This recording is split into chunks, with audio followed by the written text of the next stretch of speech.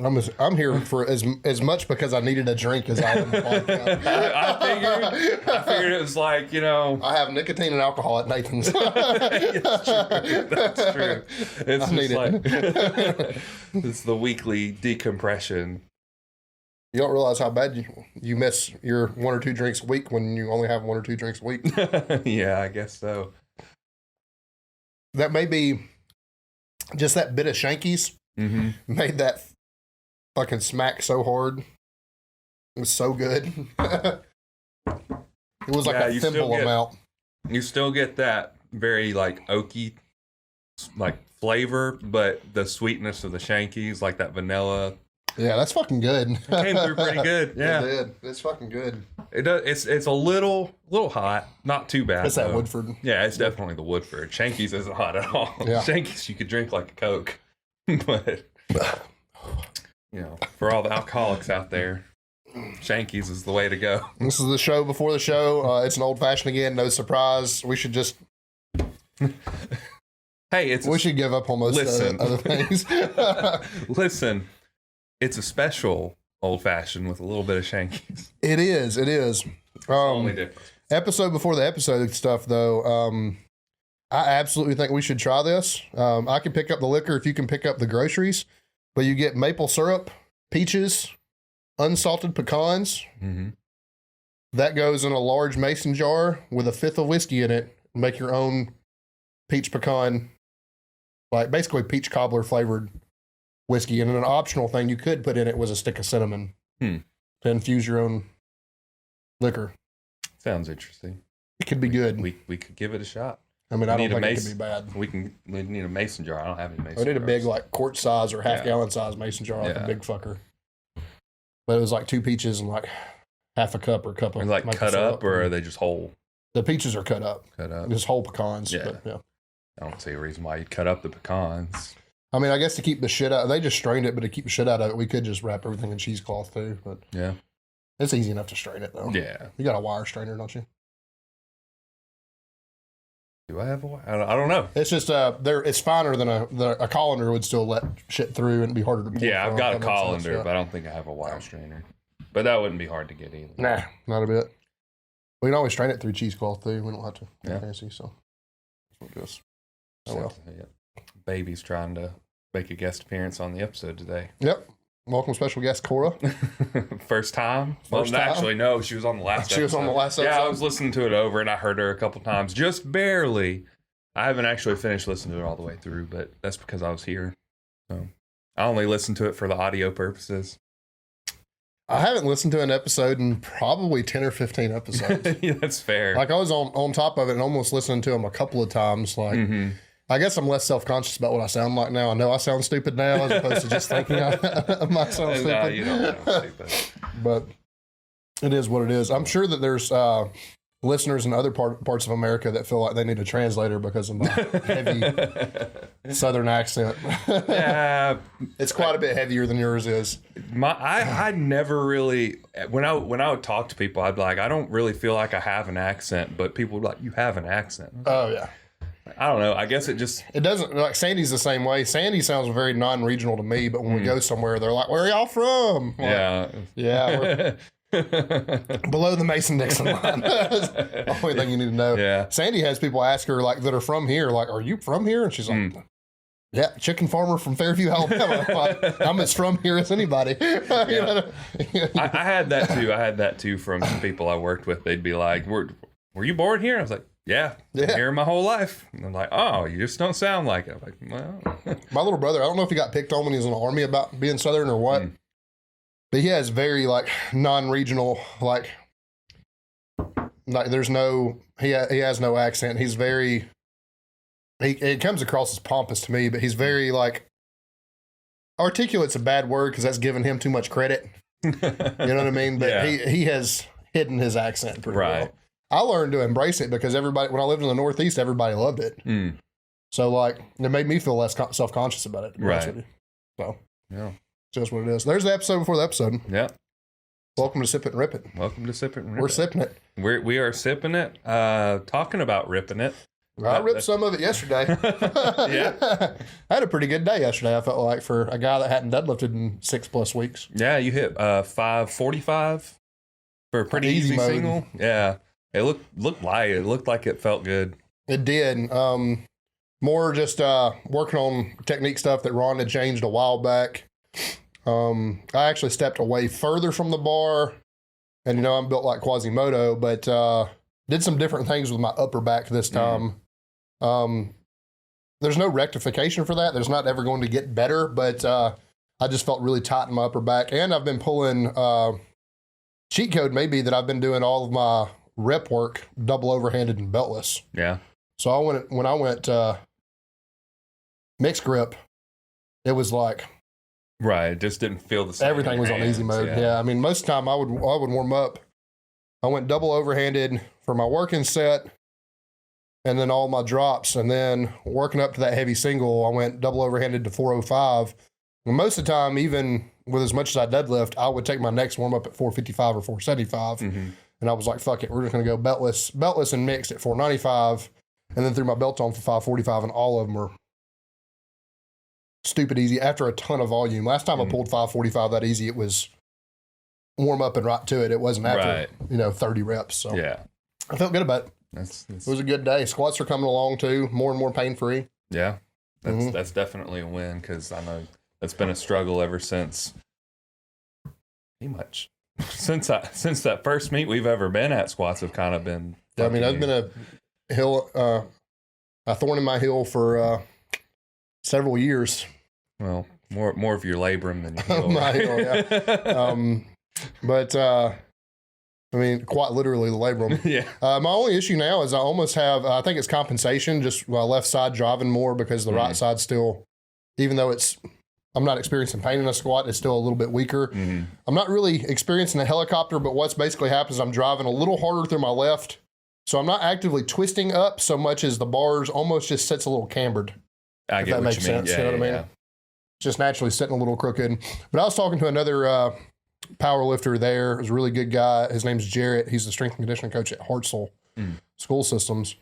Really, really knowledgeable dude. And he was just like, he's got the same injury. He's got a tear in his right labrum.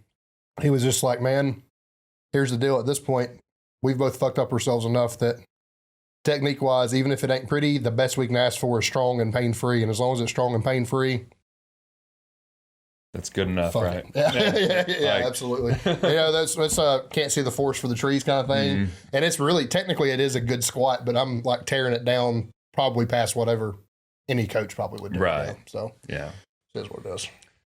Well, since we're getting straight into gym stuff, pretty good gym week for me.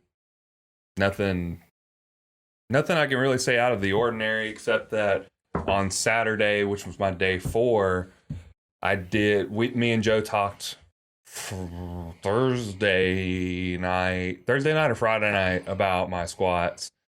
And for whatever reason, he posted something about vertical shins. And I've told you this already, but he posted something about it, and I really started thinking about it. I was like at work, just like fucking off, honestly.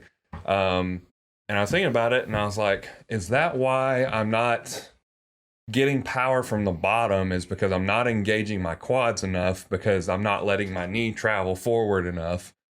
So I messaged him about it, and I sent him this long message, and he was just like, yeah, that's what I've been trying to tell you this whole time without telling you that. And I was like, fuck, okay. Well, that's a good thing. But I went in and I did my squats on Saturday. He only said I could work up to 2 plates, but I only did a couple like sets of 5.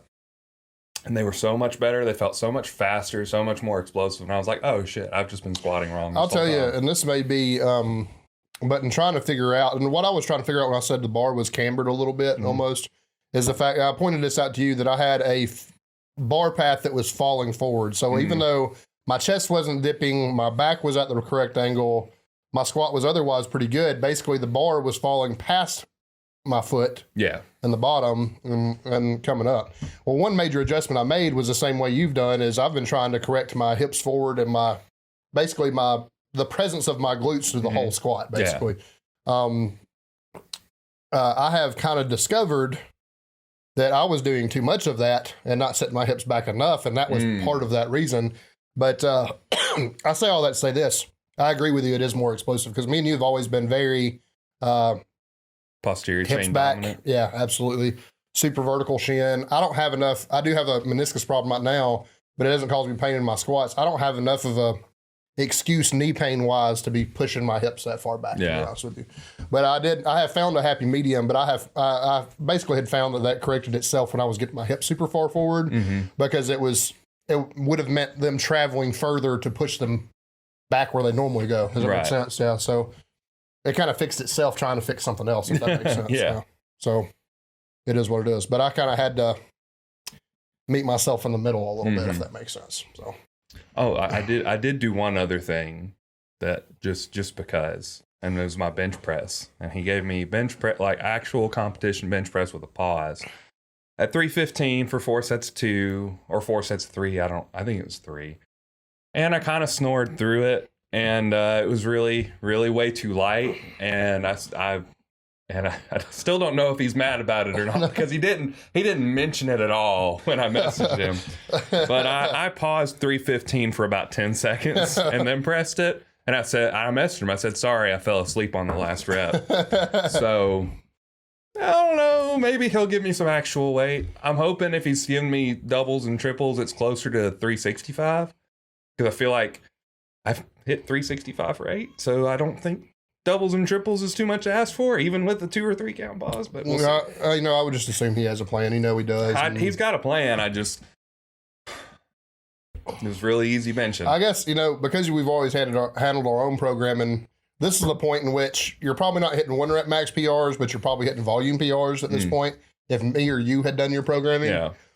And, mine's both of us have a pretty conventional approach compared to Joe. Yeah. Like, definitely. It's basically, we have, we program backwards to our meet day, but it's basically linear, maybe in my case with some undulation if it's necessary, but mine's pretty much like just point A to point B programming, which there's nothing wrong with it, but he's kind of living in 30-23. So, I mean, you got to think he's got a plan because nothing you've done yet has been conventional compared to what me and you would normally do. Not even close. For ourselves or for a client. So it's hard to learn to trust somebody new. It really is.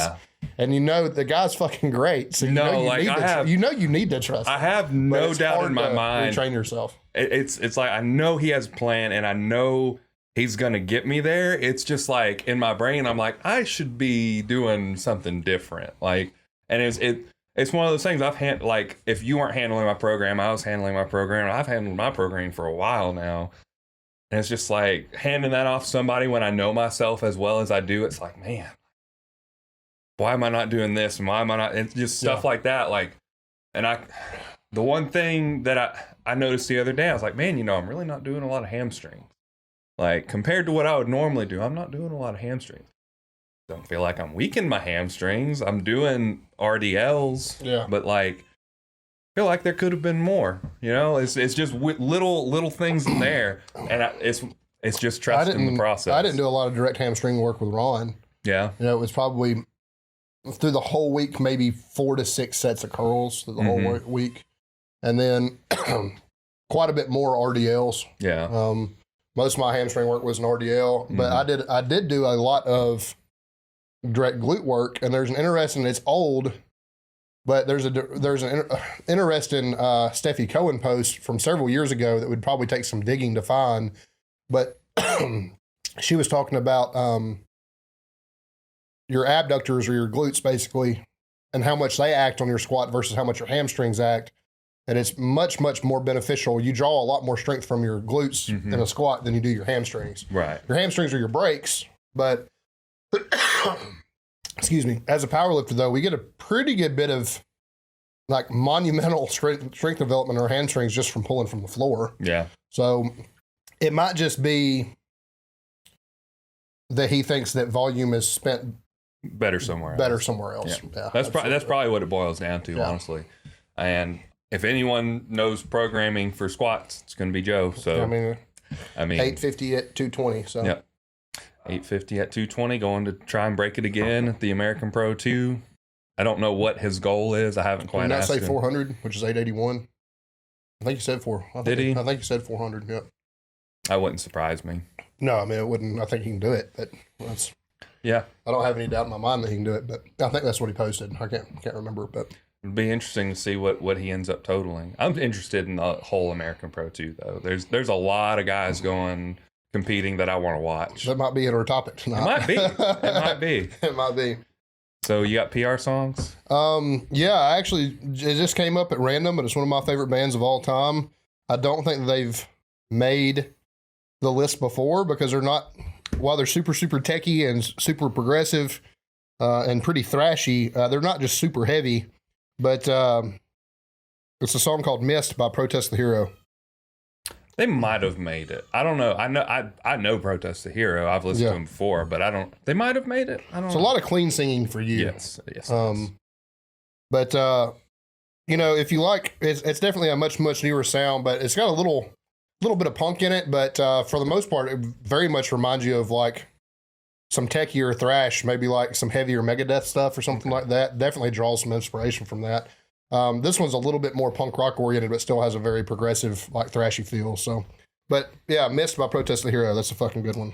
I will submit Viking by Slaughter to the Prevail, and I don't know if that's a new song or an old song, but it randomly popped up on my Spotify, and I was like, this is kind of dope because I mean, Viking metal is just kind of interesting, and it's kind of like their take on Viking metal in a way. Mm-hmm. It's got that low rumble horn blowing and the whole like march kind of sound, kind of vibe. It's really cool. I liked it a lot. Definitely something to lift heavy to. Wolfhard is the king of Viking metal. I can't lie to you. They are really good at Viking. They're really fucking good. It's so much less cheesy than Amon Amarth. Amon Amarth for me is still up there because they're like the OG Viking metal band. That's fair. But like Wolfhard takes it like to a more serious level, I would say. We're gonna get even weirder on mine right here, and it's one of the few not metal or rap songs that I will listen to PR wise for PR song in the gym. But it's My Name is Mud by Promise. Okay.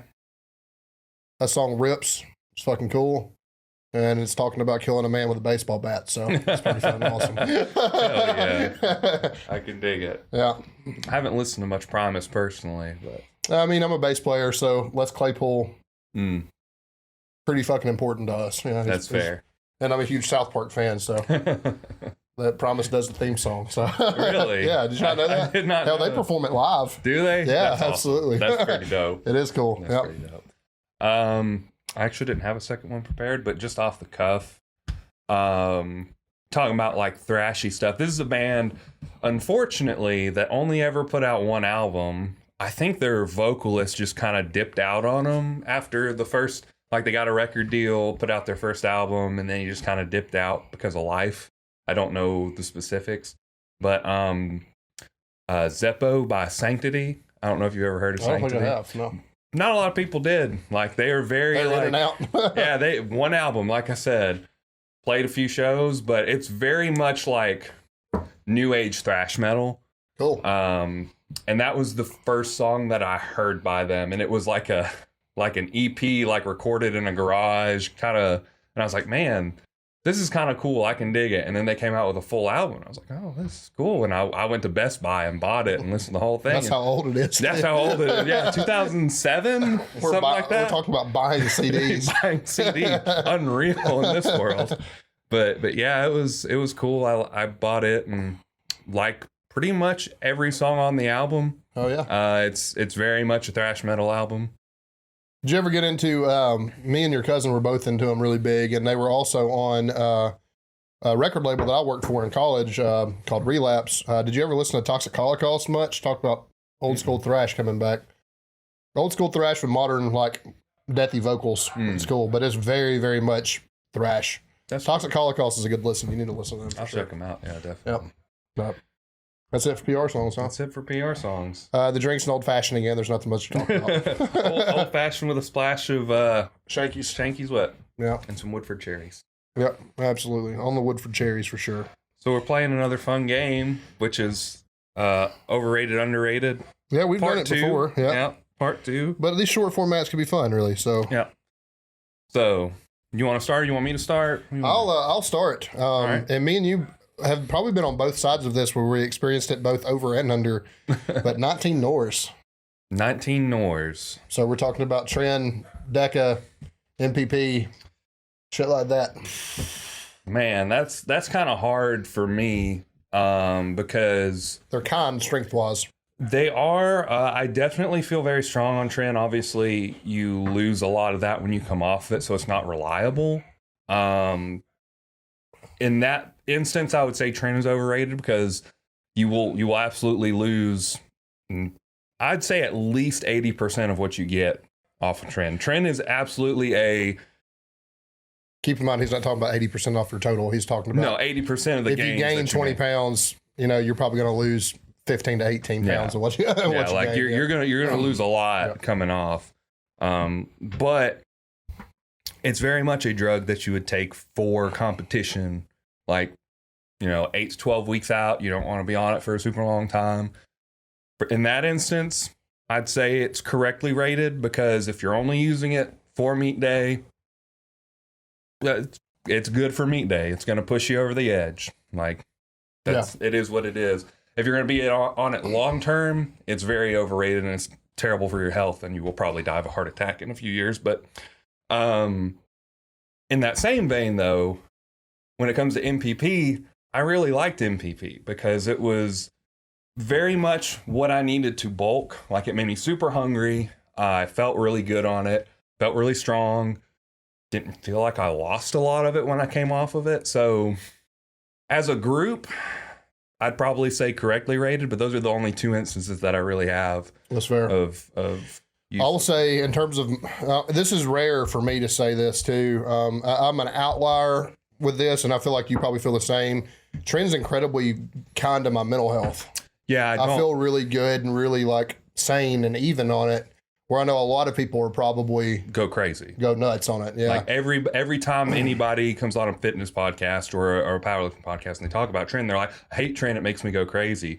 I've never felt like it. It may be because we have underlying mental health issues on the front end. Yeah, and it's also for me. It's probably because, and what I know now is my natural levels are so low. It's probably even when I'm on Tren, I'm not really in a performance enhancing. Blood work wise, right. It's really not spiking me up into the 2000s like it probably does other people. Right. You know what I mean? But probably about enough to make me normal for the most part. That being said, strength gains are not overrated on it. Your strength gains are fucking real. Yeah. I'm going to say it's overrated in general though, because with just testosterone, strength gains are much more reliable. They stick around when you come off or you lessen your dose a lot more. And then for me personally, and I'm heavier than Nathan, so I'm gonna feel these effects sooner. They weren't worth it health wise. Yeah. And MPP specifically is the only drug I've ever taken where I experienced the only anabolic I've taken. I've had antidepressants and stuff like this do this to me before. MPP is the only thing I've ever taken that had negative sexual side effects. Yeah. So in general, while Tren's been really, really kind, it's not kind to my blood work. And then MPP, while it's pretty kind strength-wise, it's not kind to my sex life. So right. I'm on the overrated side of Norse 19s. I think that they're 19 Nors. I think that they're a little bit overrated, to be honest with you. If I had to lean one way or the other, I'd probably say overrated. Just because the negatives are too great. But if I wanted to be honest, I'd be somewhere in the middle. I said, just because I can't group it all together and say it's all bad because I'll say this, if I were in prep right now with healthy blood work, the likelihood of me getting back on Tren E probably wouldn't mess with A, because I don't want to have to pin that often. Yeah. The likelihood of me getting on Tren A if I were 8 to 10 weeks out, Tren E, probably pretty good, to be honest with you. Even if it's a low dose, even if it's 100 a week. Yeah. But I'm not prepping for anything right now, and there's not really any need for me to be on it. Yeah. That's like I said, I wouldn't take it just casually. It's definitely something you should plan around, definitely. And also you should be planning your diet and your exercise around it too, because you don't want to lose anything. Yeah, you should be eating plenty of greens, stuff that drop your cholesterol. Should be giving blood regularly, and you should be doing enough cardio to keep your cholesterol in check. Yeah. Which Dr. Lane just put up something pretty interesting the other day, that it seems like negative cholesterol numbers seem to be more closely related to cardiovascular health than they are to diet. Yeah, I think I remember seeing that. I don't remember the details of it, and I'm not going to quote him because he hates misinformation, so I don't want to misquote a man that hates misinformation. Yeah. But I would look on Dr. Lane's page and see if you can't find where he was talking about that being. So it stands to reason that if you're doing enough cardio and you're eating the right diet, a lower cholesterol diet, lower fat diet, and then staying on top of your cardio and stuff, and also a diet rich in fiber because we know it reduces your cholesterol, that it's probably relatively safe. Yeah. I will say this too, while me and Nathan have a drink or two a week, you definitely shouldn't be drinking while you're on a 19 hours. Yeah. Not regularly anyway. So. Yeah, definitely. No, just occasionally, like anything in moderation. Right. Like truthfully. But if you're a couple of drinks a night drinker, that's probably not the drug for you, or you need to kick the alcohol one. Performance-wise, I'd say kick the alcohol. Yeah. I think most performance athletes would tell you to kick the alcohol in general, whether you're on the drugs or not. Even if it's casual. Yeah. We good on that one? I think we're good on that one. So what's yours? So this is one that I have very mixed feelings about. It's also, and I hope it's not on your list because yours was mine. We didn't talk about our list, but we had one very similar just now. But leg press. Leg press. Is it overrated? Is it underrated?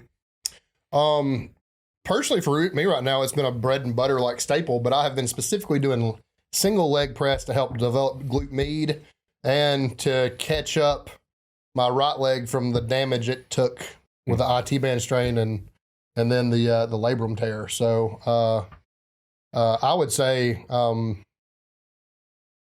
if you're using it to correct unilateral imbalances, I would say that it is probably a little underrated, to be honest with you.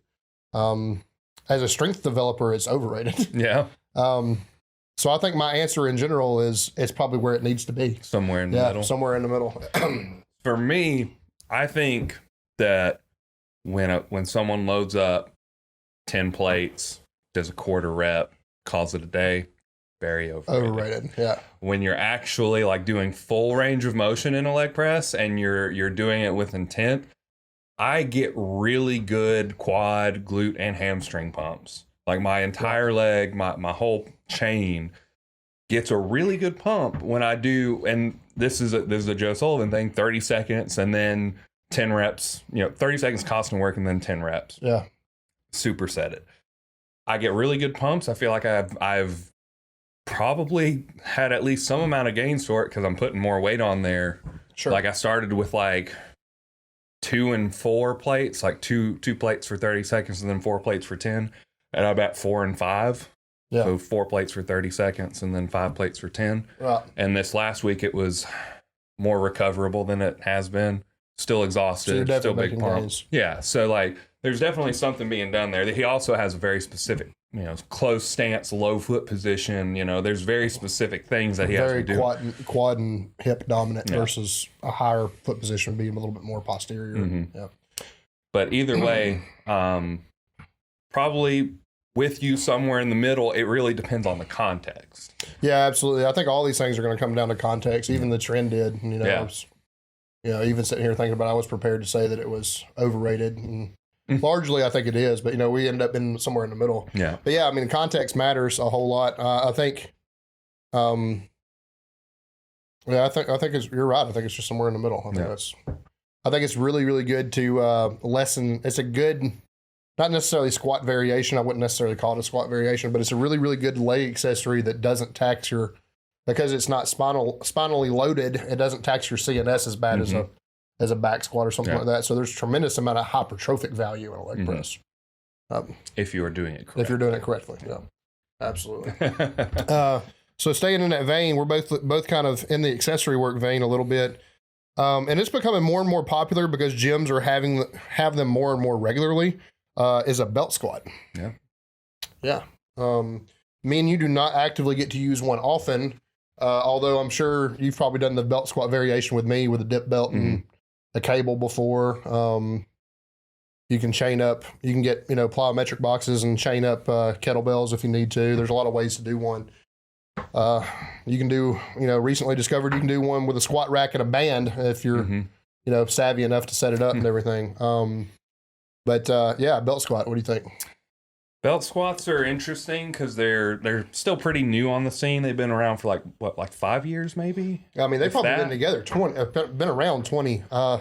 I feel like they've only been really popular the past 5 or 6 years. That's about the time where I really would only know it just from my powerlifting career, which is about 3 years. Yeah. But just from my limited experience, I feel like I can't give a truthfully honest answer because I haven't been able to use one in a program long enough to be able to tell whether they're worth it or not. I will say, if it was in my gym or in a gym in the vicinity, which it's apparently another gym is getting it. What's there? The garage. Yeah, garage got one. Yep. They already got it. Yeah.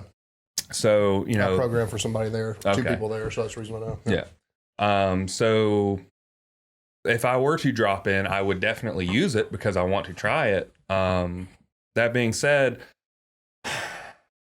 I'm gonna lean towards overrated, but only in the sense that I feel like you could get the same, and I can't say this from a personal experience because I haven't used one, but I feel like you could get the same type of gains from a hack squat or a leg press. You can definitely get the same kind of gains from a hack squat for sure. Because it's very similar movements. Sure. So I don't.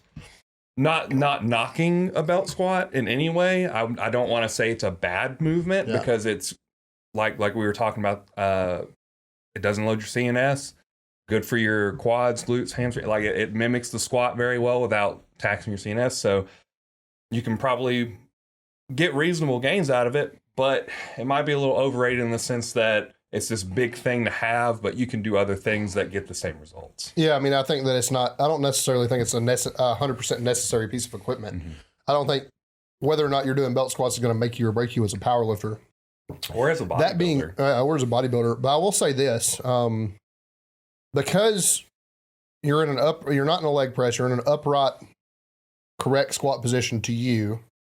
You know what I mean? You can stand in your competition stance. Mm-hmm. You can squat with the handles or without the handles to mimic that even more. With the handles, you're going to set back more. It's going to be more posterior driven. If you're mimicking your competition squat and going without the handles, it's a little bit more quad dominant. But because it replicates the competition lift so well, I'm going to say that it's a little bit underrated, to be honest with you. Overrated is the fact that everybody seems to think that you have to have one right now. I don't believe in that, but the movement itself, I mean, I have a modest back squat for somebody my size, but still somebody that back squats 500 plus pounds.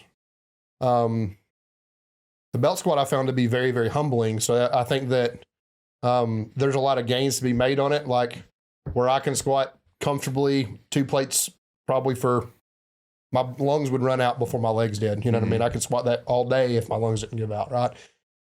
I know you're the same way. 2 plates on the belt squat for me was very, very heavy. Was a humbling experience. So I think there's just a lot. Personally, I think there's just a lot of gains that I can make from one.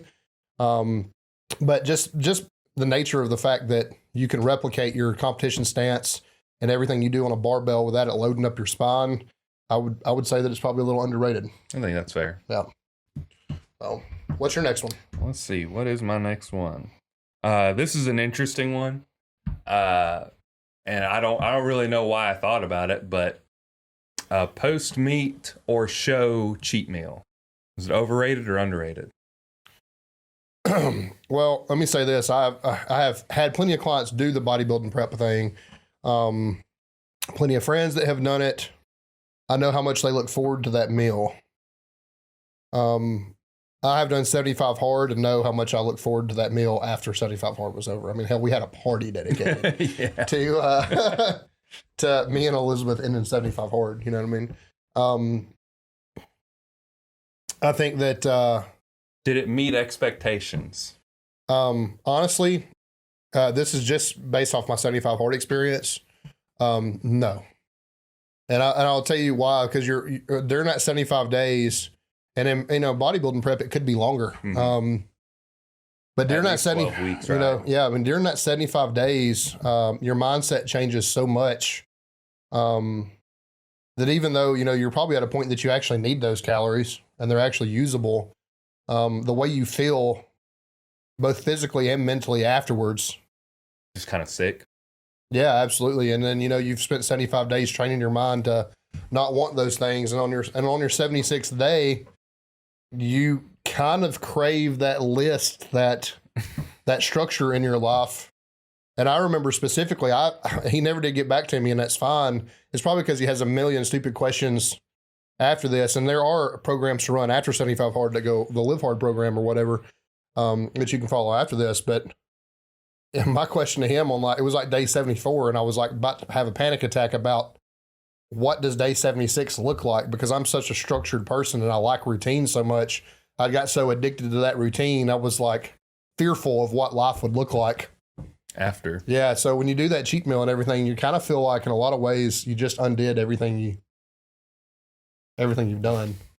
And for me, it, because I'm mental, it kind of did. You know what I mean? So I'm gonna have to say it's overrated. Overrated. Yeah, I would tend to agree. I've not done a bodybuilding show. I've done 3 meets. Each time, I want to say I didn't go have a post meal or post meet meal the first one because I was poor as fuck. Yeah, we discussed that on the podcast. That was a monetary decision. Yep. Second one, it was so late. I don't think we had time to have that after, because the second one was the bench press. Yeah. And we got out of there at like 8, 9 o'clock or something like that. And we were just like, we just home and go to bed. I'm exhausted. We ate in the middle of it. We're in the middle of flights. So, and then this last one, we did Mexican. And if you remember, it was at a religious place that didn't serve alcohol, and we'd all talked about, me as a handler and you guys as lifters, about how much we wanted a margarita. Yeah. And we sat down this Mexican restaurant, and they're like, well, we don't serve alcohol here. You're like, oh, well. What the fuck? But I mean, it wasn't anything special. It was from other than just like eating a meal with friends. Like, it wasn't like anything special. It wasn't like this coveted, like, I finally get to eat this meal after my meat and I get to refuel. It's just like, it's just food. Right. Like, it's, I might feel differently about it coming out of a bodybuilding prep, but mentally though, like I said, the place that I was in during 75 Hard versus the place that meal got me out of, I feel like it kind of derailed a lot of success. Yeah. So put on a lot of strength and got a lot more healthy during that 75 days without alcohol specifically, but on a diet, and I still use gear the whole time I was on it. So, I still made plenty of gains in the gym, lost a lot of body fat, looked better, felt better. And I kind of feel like it just undid those things. So got me back in bad habits. Fuck a post-show / meat cheat meal. Yeah, absolutely. So is this my third? No, is this me now? Yeah, it's your third. Back to accessory work. Some people call it an Anderson press. Some people call it a pin press for bench press.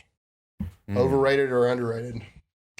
So it kind of falls in the same vein, similar to Spoto press too, right? Like, it's all this partial range of motion, and I think there is a reason to have a partial range of motion in your lifts if you have a specific weakness. For hypertrophic gains, it's useless, in my opinion, because deep stretch is the only way you're going to get hypertrophy, which is why I get pissed off whenever I see an incline press up here, stop at their chin. I always get pissed off when I see that, because it's like, you're not getting a good stretch. You're not coming all the way down. Defeats the purpose of doing an incline. Yeah, you might as well just be doing a shoulder press or a flat bench. There's just no anyway, not to go on a tangent on incline press, but I think it goes into the same vein as pretty much everything else, except for the topic we just went on, was it's somewhere in the middle. Because in context, it falls to context, because if you have a weakness, like if your lockout is your weakest point, that's a great movement. Yeah. Like you're specifically practicing that movement, same like as 3-board or whatever. Practicing that lockout movement, great. If you're trying to get hypertrophy, it sucks. If you, I guess if you're trying to save some CNS, I don't know if it's, especially if you have a low pin, I don't think it's going to save any CNS. If it's a low pin, probably not. I feel like it's just somewhere in the middle. I'd probably say overrated in general because I don't think there's a solid reason to do it except for a specific weakness. You can't give me any other reason. Well, I do have another reason. However, I am on your side. One thing I do find value at, and they're really, really good, is teaching you to maintain tightness at the bottom of the bench press.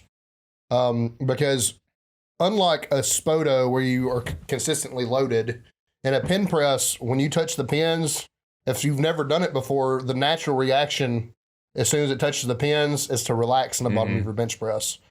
And then it makes it near impossible to move that fucking thing again. Yeah. So I think it's really, really good at teaching tightness in the bottom of the bench press. Outside of that, for strength development in a specific range of motion, for hypertrophic reasons, anything like that, there's a million things that do it better. So in a specific range of motion, I much would rather do a board press or even better still, a Spoto, because with a Spoto, you do have to have X amount of control to stop that thing 3 or 4 inches off your chest before you press it. So I think largely I'm with you. I think it's overrated. That other than that one specific thing, and that's teaching tightness in the bottom position, I find them to be pretty overrated. Yeah. So. And there's other ways to even get to that point of just teaching tightness and just having that constant cue in your head. Yeah. Also, I mean, I do this pretty often. Doing it with Joey now, we pause first and last rep of every set. Period. I'm not going to do, typically I don't program something that I think somebody's going to fail. So you should be able to do a competition pause first and last rep of every set. Doesn't matter if it's 10s, doesn't matter if it's 3s, whatever it may be. I want pause reps first and last one. And that, especially with those of us who have been lifting a little bit longer, that's perfectly fine in teaching tightness on the bottom of the bench press. So I think it's overrated. Yeah. I would agree. So, well, mine was going to be you said 19 NORs, but as a whole, steroids. Are they overrated? I mean, I think that's still a good topic. I think it depends on need. A couple of things that are better, and I think we've found this out through our own trial and error, is sleep and food is still better than drugs. Yeah. Period. And trying hard, like actually putting forth effort. Yeah, absolutely. But sleep and food is still more anabolic. Still going to do more for you. Still going to do more for your recovery and everything like that. There's a reason why there's natty freaks out there. Yeah, absolutely. It's because they do everything else right. I will say this: drug tested doesn't mean drug free. We've talked about it before. No, but there are, sure. There's plenty of natty freaks out there, and think about people that are more diligently drug tested, like players in the NFL, stuff like that. There's still plenty of just fucking monsters out there that are plenty. A kid from Arkansas, and I don't know the NCAA's testing standards, so may or may not be on something. Offensive lineman in Arkansas just squatted 700 pounds. Shoot. That's pretty, while, he's a big man, that's still pretty fucking good for a football player. Yeah. It's a huge squat for a football player. You never hear of a football player squatting 700 Yeah, absolutely. pounds. Like, if you do, most of the time it's a running back, you know what I mean? But it's a huge fucking squat for a big man. I mean, that's, that's a tall person too. You think he's playing, D1 offensive line, he's at a minimum 6'1", but he's probably all the way up, 6'6", 6'7". Yeah. So it's a long way to carry 700 pounds. For sure. So yeah, I mean, there's plenty of natty freaks out there, and that's, it's proof. In the instance of getting stronger in recovery, I mean, they absolutely help, but still not as much as food and sleep do. I mean, while I use them, I do currently use them to make me normal. Like, that's what it requires. It's not a performance enhancing dose. I would say that it's hard for me to say this because they've done a lot more good than they have bad for me. But yeah, I think that they're probably a little overrated. Yeah. Yeah. Yeah, I can absolutely follow your logic on all that. I guess my thing is really just the mental benefits that I've gotten specifically from being on TRT. You know, discounting medical reason. Yeah, discounting anything else. TRT. I hate doing this context thing throughout everything, but if I'm to separate TRT from everything, I would say TRT is underrated. Yeah, underrated. And I think more men need to get blood work done. I've talked to my father about this before because I feel like his testosterone is low, and I feel like he would feel so much better if he would be on TRT. But obviously, old man ways, they don't want to, they either don't want the needle or they don't want to feel emasculated by having to replace their testosterone somehow. And it's like, big of a deal. Like, it's really not. Like, it makes you, if it makes you feel better physically, mentally, like, whatever. I'll say this. I wish I would have gone longer without it. Mm-hmm. I wish that I had more dietary discipline before I started it. And I wish that I had, when I got my sleep study done and started on a CPAP machine, I had already started using PEDs. I wish that I had done those things first. Mm-hmm. Because I think that I would be further down the road using less. Mm-hmm. You know what I mean? If that makes sense. I think, like I said, I think in general it's underrated. That being said, and this is a very important caveat, and again, this is contextual. We're not talking about baseball players, football players, basketball players. We're talking about the sport of powerlifting and or strongman and definitely bodybuilding. The three main strength sports, right? Mm-hmm. When the rest of the field is using them, you do put yourself at a disadvantage by not using them. And obviously, other than strongman, I've never heard of an untested strongman, but there is untested bodybuilding and powerlifting. You're talking about tested. I'm sorry, tested. Yeah, I'm sorry, tested. But like, I mean, you can. But there's a visual difference between tested bodybuilding shows and untested bodybuilding shows. Yeah, they're most of the time they're lighter weight and they're much thinner. Mm-hmm. They're generally pretty shredded. I'll say that, but they're visibly less muscle than untested ones. Yeah. So it's basically a different sport. Not so much powerlifting. It's almost the same sport. But. It's almost bodybuilding, geared bodybuilding versus tested power. Bodybuilding is almost the difference between raw and multi-ply powerlifting. Like it's like, you're doing the same thing, but are you really? But are you really? Yeah. You know what I mean? Like, there's so many other caveats and stuff like that. I mean, it's wildly different. Yeah, I have to say, and I think that we're just in a sport that you'll either do it and either keep up or outpace people around you, or you not do it and you'll be outpaced. Yeah. I mean, especially if you're going to compete in open, non-tested powerlifting, everybody, if you talk to them, that people will tell you what they're doing. Yeah. You know what I mean? I mean, they'll run their cycle for you. Yeah, absolutely. You know, I mean, you're putting yourself at a disadvantage, a competitive disadvantage, if you're not willing to, at least consider it, even if it's a small dose, something like that. Mm-hmm. And if you don't want to do it, just compete tested. Yeah. And there's nothing wrong with it. I'm going to repeat this again, though. Drug tested does not mean drug free. Yeah. So when you get your ass drugged by 500 pounds, probably from some guy who knows how to cheat a drug test. I mean, all he has to do is pass that day. You know what I mean? So just bear that in mind when you're in a strength sports. It's not unacceptable to do these things. Mm-hmm. So you gotta realize that other people are probably going to be doing them too. Right. But as a whole, health-wise, everything like that, unless you're using it for a medical reason, I would say that they're probably a little overrated. That's where I was going to land at too. Yeah. Just like separating TRT for medical reasons as a whole, steroids are pretty overrated. And again, coming from two people who use them, like they are not what people perceive them to be. They're not a cheat code. They're not. You still have to put in the work. You still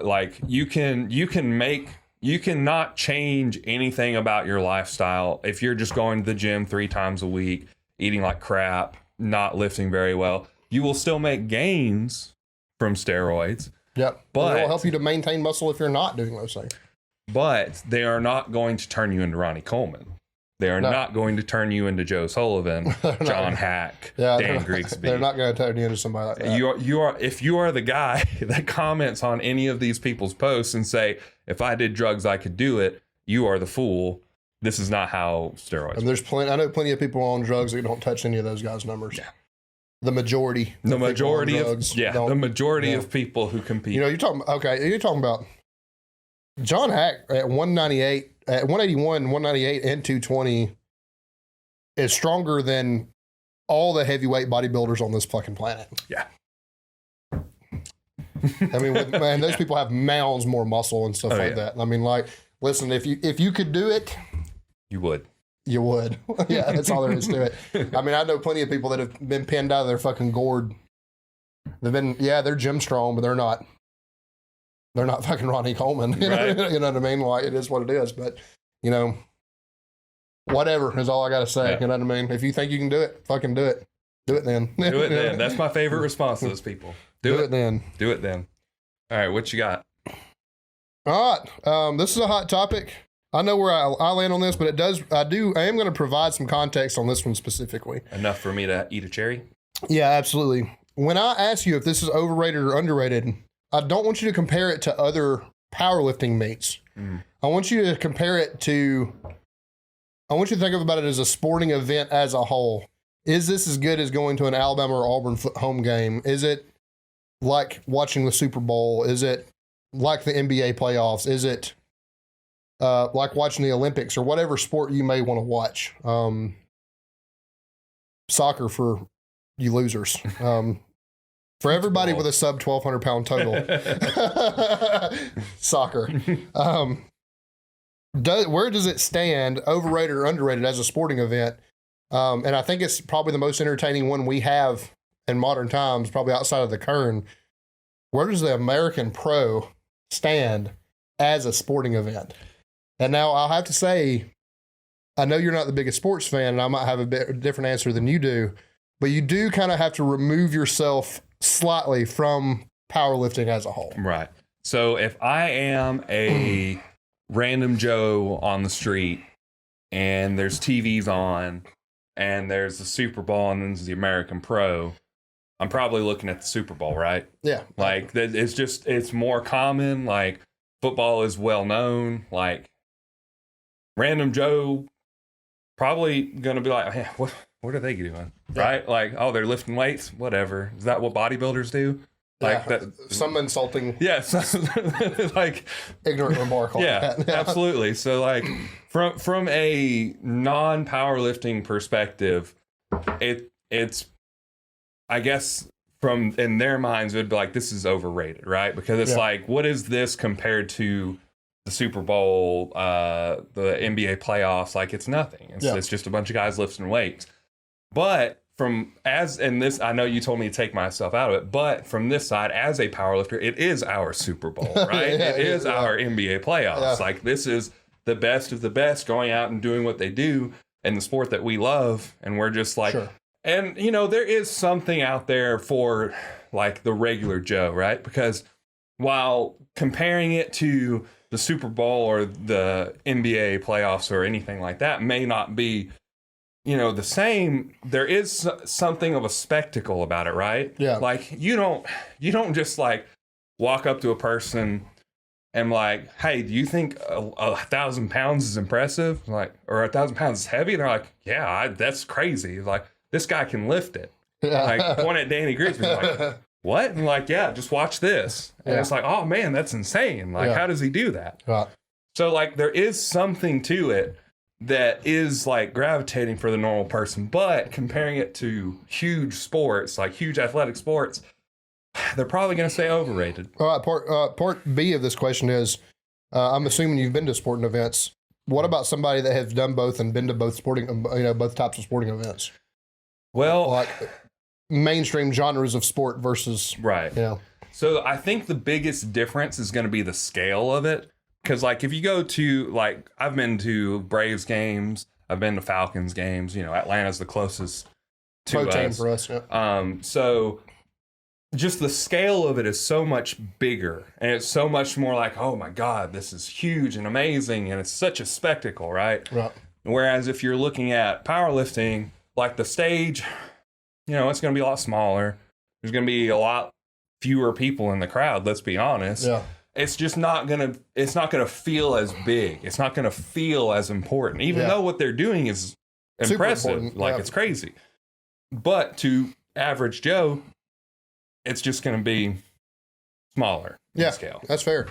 I think as somebody that's obviously grown up playing a lot of concerts, going to a lot of concerts, and an avid sports fan, been to a lot of games, been to several NFL stadiums, been to tons of college stadiums to watch college football. And also, even before I was involved in strength sports, I've always been a fan of World's Strongest Man on TV. Mm-hmm. That's been one of the cooler things that happened on ESPN, like especially like late night and shit. Like it was a cool sport. I would have to say that I do still get more excited about going to a football game, or a concert or something like that, right? But I'll say this: I think Kern, if they're even still doing it anymore, I guess the Pioneer Open kind of probably replaced it a little bit to some extent. Mm-hmm. But the American Pro is probably, I think they're doing a lot for powerlifting, and that they have, even if it's not quite the spectacle an Auburn home game is for me, even if it's not quite the spectacle that is, they have done the best job of anybody about making it one. Right. And making it feel important. And I think that's really, really important for our sport and everything like that, because it does feel like our Super Bowl. And like, as somebody that partakes in all of these things, I would find myself probably just as excited to be there as I would be at a lot of things. Now, like you said, the gravity of it, like when you're in a crowd of 90,000 people wearing orange and blue rooting for the same team, like that's that's an extreme feeling. Mm-hmm. But like in terms of like how much I would enjoy my day, I think that they've done a good job about making it a spectacle and making it competitive, I guess. Mm-hmm. You know what I mean? Or those things. It's not that yet, but I think that because of where they're taking it and the lifters are better and better every year, I would have to say that it's probably a little on the underrated side at the moment. Really? Yeah. I think it's a better thing about sports games for value. If you think about going and watching like high school sports, like that's a really good value, and that's a great way to spend a Friday night. Or if you're going to watch like USFL or XFL, like if you're going to go watch the Birmingham Stallions in the USFL, I would probably rather be at the American Pro, and it's probably about the same amount of money cost-wise to go. We'd have to travel, right? But, which we know I'm not considering that. But in terms of the ticket, it's probably about the same amount of cost. I think I would rather watch the American Pro than I had USFL or CFL or something like that. I think that probably says a lot. Yeah. Because I'm one of those guys, like, when I have cable, I honestly don't see a need in paying for it right now. But when I do, like, it stays on ESPN. Like, I'm watching football every time I get a chance to watch football. I will watch anybody play, CFL, USFL, XFL, NFL, college, whatever. But I think they're doing a good job of, even though it's not mainstream, I do think that they are, whoever puts that show together definitely is pushing the American Pro into relevance, in my opinion. Right. And it is going to be streamed on ESPN. I can't remember. ESPN Plus, probably. ESPN Plus. I know it's going to be on one of the ESPN channels. Yeah. They are broadcasting it. So they are like pushing it out there for people to see, like mainstream audiences. So we'll see how to compare it. It really is a great thing to watch on TV. It's a great spectator sport, but the CrossFit Games is a great spectator sport. Mm-hmm. But I definitely think the American Pro is on par with that. Yeah. For sure. I mean, there's less variety, but you also don't have to commit 3 days to the American Pro. Right. So, well, it's 4 days. Well, maybe you do. But I mean, the CrossFit, you have so many divisions, and then also so many events. Like it's a lot more like watching strongman. Like you know what I mean? Like there's something to be appreciated about that, but at the same time, like I don't necessarily want to tune into the CrossFit Games to watch them run their 5K or their triathlon. Right. They've done both before. Like I'll watch the clean and jerk ladder, like see who the strongest is, but like you know what I mean? Like I think it's every bit of as relevant and every bit of as good as that for sure. And that's saying a lot because there's a lot more people partaking in CrossFit than there is powerlifting. Yeah. So. And the only reason why it's 4 days is because of the amount of people that are competing. It doesn't have anything to do with the longevity of each athlete. So realistically, like if you just tuned in for your favorite athlete, you might only be watching 1 or 2 days. You might be watching like day 1 untested of men's and then day 3 of untested women's or whatever. Or whatever, whoever you're rooting for, you may just tune in 1 or 2 days. But I say all that to say this. I just think that while I don't think it's on the same level, I do think they're headed in the right direction. And for that, it's underrated. I think that's fair. So mine's a little less broad, I get. Well, not really broad, but it's just very specific. So heeled squat shoes, are they overrated or underrated? Boy, that's a very, very nuanced answer. I can think of 2 clients off the top of my head that could not hit competition depth outside of a squat shoe. So very, very contextual. I think if all things are equal, if your mobility is good, you don't have a depth issue, you have pretty good ankle mobility, you can say it's personal preference, but I actually have a very, very, very, very, unless your like mobility requires you be in a squat shoe, I have a very heavy preference as a coach for a zero heeled shoe or a flat shoe. I think it's a better squat. I think while we both, me and you, because not only because of what Joe just taught you, but because of our past using a lot of juggernaut programming, and we spent years worshiping Chad Wesley Smith. I think that we do condone a knees over toes squat, even if ours were previously more posterior dominant and drove them back more. I think we both agree that a knees over toes is not an unhealthy squat. I think that if your mobility, if you have fine mobility and everything like that, I do feel like you can root your feet better and tap into a little bit more power in a flat shoe. I think that's fair. But that's a very new one. That's a very, very individual answer. Yeah. There's some people that just simply have a preference for it, and that's fine. But I would say a squat shoe is really only beneficial if you actually need a squat shoe. Right. So, and another things that could be different if you're not a power lifter. If you're an Olympic lifter, it's just about required, because you go from having to have enough squat mobility for the squat to pass to having to have, you have to be able to drag your butt on the floor in order to catch a heavy clean. You're going to need every ounce of mobility you can find. That's not the mobility requirements in powerlifting, though. Strong men, I know they wear heels a lot when they do stone loads and stuff like that. I'm thinking mostly of that's because a more rigid shoe probably just feels more stable, and a massively front-loaded lift that is part deadlift, part squat, part Jefferson curl, basically. You know what I mean? Like, you have a lot of spinal flexion. It's all front-loaded. You got to get it to your lap. You got to squat it up, and then you got to heave that thing up your chest in a rounded back position to an extended position. I see a little bit more practicality there. Also, that added mobility probably helps you get that stone to your lap a little bit better, I'd imagine. But as a power lifter, I would say that they're vastly overrated. Yeah. So for me, I would say I had for a long time just like discounted them because I never had any issue, quote unquote, never had any issues with my squat. So I was like, I don't need them. Flat shoes, I get plenty of power output and everything. I'm still searching for what's best for me, but I did invest in some tier squat shoes. And while I would say I felt weird in them at first, I do feel more comfortable in them now. I don't know that I could go back to a flat shoe after using them. And if I did, it would take some time to get used to them.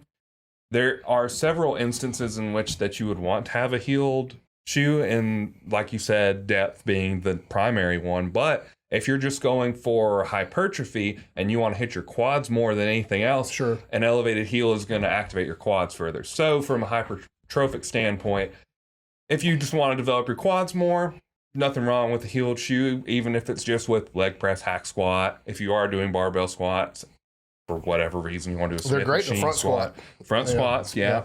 They do help me maintain a more upright position when I front squat. Right. So I think there is value in them. I think that there is plenty of reason to use them. I wouldn't say that everyone should own a pair. Like, I don't think that there's a reason for every individual to own them, but I do think that they are useful enough. So It's context again. It's context. Yeah. Like they are good for what they are good for, and if you don't need them, they're not important. Yeah. So I'm somewhere in the middle, leaning probably towards overrated. Yeah. Like I don't want to say they're underrated because lots of people use squat shoes. Yeah. Like especially people who are like very new and they're like, oh, those are called squat shoes, so I need to wear them when I squat. Oh, okay. Yeah, there's definitely that demographic that like have to have every new piece of gear. That, yeah. You know, maybe it's personal. It may be personal preference, but I just feel like I said, I root my feet so much better, and I just from training people, the only time I've seen them be a necessity is when depth is an issue. Yeah. So.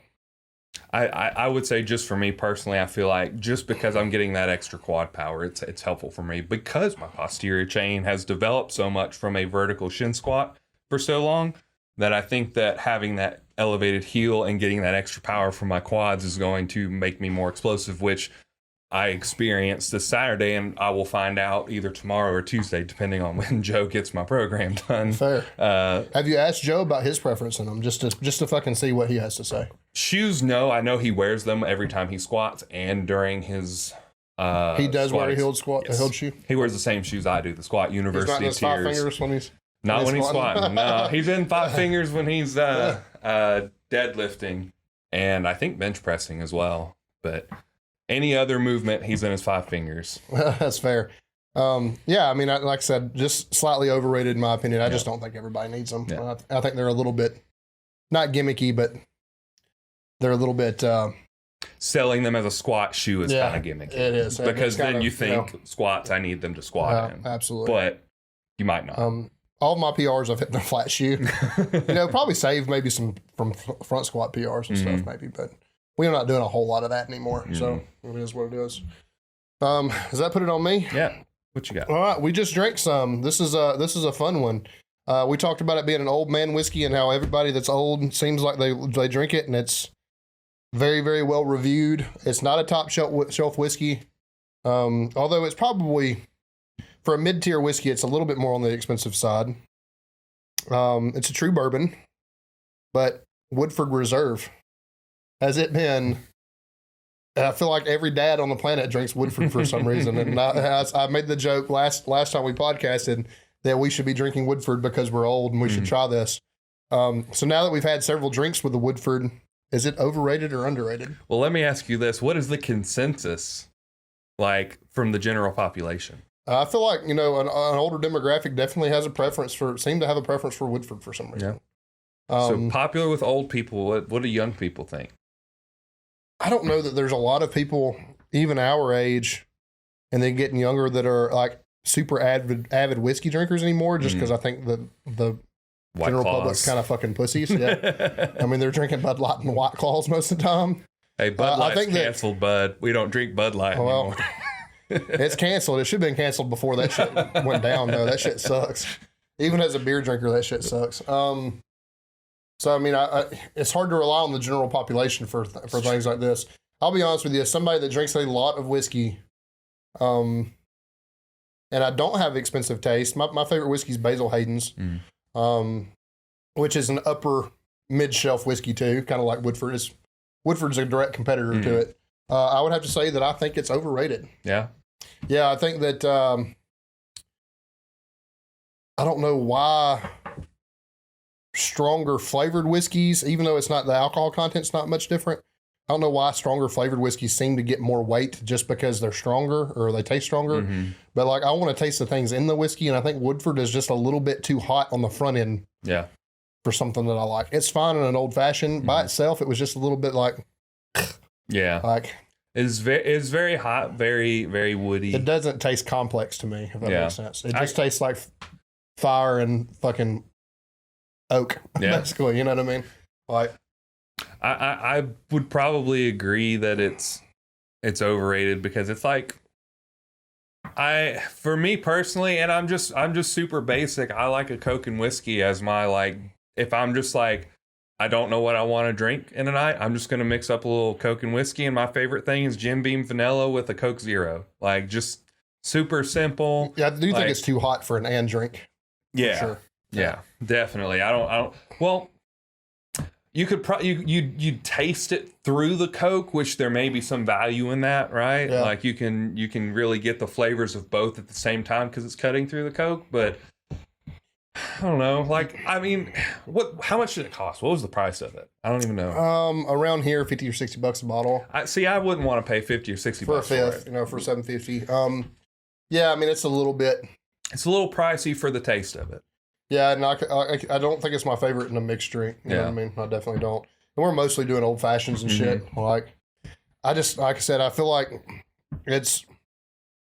What's crazy is it's not a super alcohol content's not super high, but it tastes like Turkey 101 or something.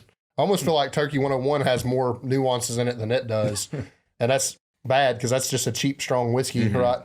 So like I think it's overrated. I think I would rather have Wild Turkey 101 than I had. I've only had it one time, so I can't really say. And it was when you made the Thanksgiving.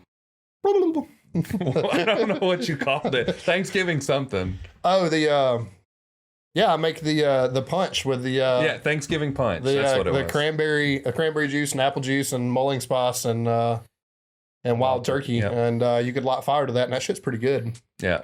I mean, I could drink it, so like it definitely wasn't bad. That's definitely a contextual thing too. But yeah, I think Woodford's overrated. Yeah, I'd agree. You got another one? I got one last one, and it's a little bit of a joke, but calves, they overrated or underrated? I'm gonna have the surprising answer for this, like training calves specifically, right? Training calves, big calves, just like. Are they pretty... I don't think having big calves is underrated. I think it's fucking cool, to be honest. I mean, I don't have them. I do have a lot of definition in my calves, but I just don't have very big calves. I'm blessed with big thighs, not big calves, and I think that's a cruel joke to some extent. In terms of aesthetics, I think they're probably appropriately rated. I think neither under or over. In terms of training them, I think they're underrated in terms of training them, even as powerlifters. And I'll tell you this, because we're in a federation that we don't come exclusively out of a monolift, when you take that first step back out of the rack and your weight shifts, what muscle is all that weight on? Yeah. I do think that there's value, not in the squat itself, but in stability and confidence in a walkout. I think it's underrated. I think that's fair. And I know that's hyper specific part of the squat, but if you're a USPA, most WRPF meets, I know some of them come out of a mono. If you're not coming out of a mono, I think that they're pretty underrated for a powerlifter, to be honest with you. I think that just like having big calves as the meme is very overrated. Like the haha, you have small calves thing, it's very overrated. But like actually like training them for a purpose, like if you're a runner, obviously you're gonna have big calves. Training them for a purpose is absolutely underrated. Yeah. Because there are plenty of reasons why you should train calves. You're a bodybuilder, obviously. Like if you have small calves, you're gonna get laughed out of the building, right? Yeah. You're like, who's this guy coming in here with these small calves? This is the first thing they're gonna notice. Right. They're not gonna see how jacked your chest and your ripped abs and your big lats. No, they're gonna see your tiny calves. They're gonna like, get out of here. Like you placed like 10th out of 11. The only other guy had smaller calves than you, so that's why he lost. But like as a joke, it's overrated. Training them for a purpose, it's underrated. So somewhere in the middle. Yeah, I mean, I really do believe that they can. Man, I know we've seen people have shaky as shit walkouts and then smoke a squat, but I'm just telling you, as a lifter, if my walkout's shaky, my mind's instantly like, what the fuck is happening, right? Like this shouldn't be. I want to have strong enough calves that when I take that first step back, and I'll be honest with you, just thinking about it now, it may just depend on the day whether I step back on the right or step back on the left first. Yeah. I can't really tell you what I do more often. I'd imagine since I'm right-handed, it's probably my right, but I want a strong walkout, and calves do a lot for the stability in your knee and stuff like that, and in your ankle. And when you're shifting weight from one leg to two legs like you have to in a walkout, I think that they're pretty fucking valuable. Yeah. Just from a confidence standpoint. Walking out heavy squats is going to train that, and I understand that, but like Should you be doing them, 8 weeks out? Probably not. But I think you should absolutely be doing calves in your off season, 100%. I will say the single thing that's made my calves grow more than anything hasn't been training them with weights though. It was 75 hard and walking more, but more. So I went up a knee sleeve size because my calves got bigger. Yeah, just walking more. So, I think it's a little bit underrated for a powerlifter, to be honest. So, sounds good to me. I guess that's all. A surprising answer? I mean, no, because I know you like talking about calves. I kind of was like putting it on there as a meme, but I was thinking about it now, like, no, your answer is very like parallel to your personality, because you talk about like your cat, like when you post stuff, if you see your calves, you're like either talking shit about your calves or like, hey, they look a little shredded. Like, it's one of the two. Right? Yeah, absolutely. I mean, I have small calves, so when I feel like they look big, I feel like it needs to be pointed out. Now, calf check real quick. Everybody's checking their calves. I think my left's a little bit bigger than my right. now we've got, if anybody's driving, listening to this, they're like, oh shit, and then they'll like swerve off the road and like, oh, we just killed somebody. We killed one of our listeners with this. Good job, going from 3 to 2. Just like that. I think we averaged, it was like 10 or 15. So not bad. 10 That's or 15. Still a pretty large. That's still 10% of our listener base. Yeah. You know what I mean? Oops. It is what it is. Oops. All right, sorry, whoever it was. You got dad jokes because I do not. Maybe. I might have at least one. If I can pull up Instagram. If my brain would work correctly. Let's see what I saved. Dad says jokes. The best dad jokes. Oh, I didn't. Well, that's unfortunate. But we can always just search the page and we'll just riff off of them because that's what we do anyway. Is that where you're at? Oh, yeah. That's where I'm headed anyway. What do you make? What do you get when you mix a penis, a potato, and a boat? What do you get? A dictatorship. Blah.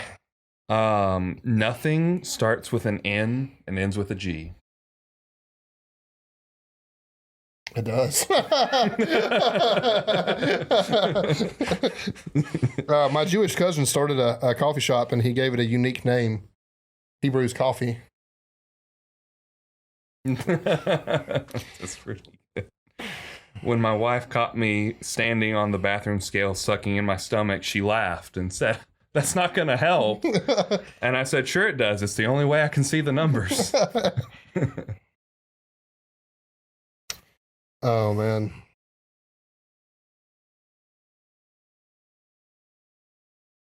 My boss asked me why I only got sick on work days. That it must be because of my weekend immune system. What do you call the sexuality where you're attracted to men and women, but neither are attracted to you? I don't know. By yourself. I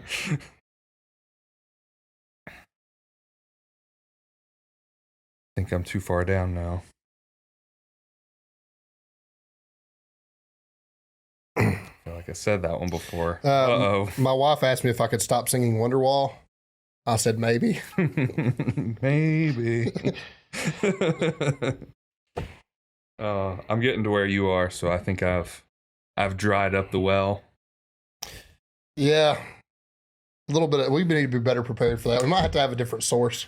Well, normally I'll go through and I'll save them throughout the week, and I guess I just didn't this week, or he didn't post as much, so I just missed out. I will get them like occasionally from random other places, and I'll save them. I just didn't have any saved this week, so that's what it is. That's the show, guys. We had to do a short one, but it ended up not being so short. I was about to say, I don't think it was that short. It is what it is. Y'all be good.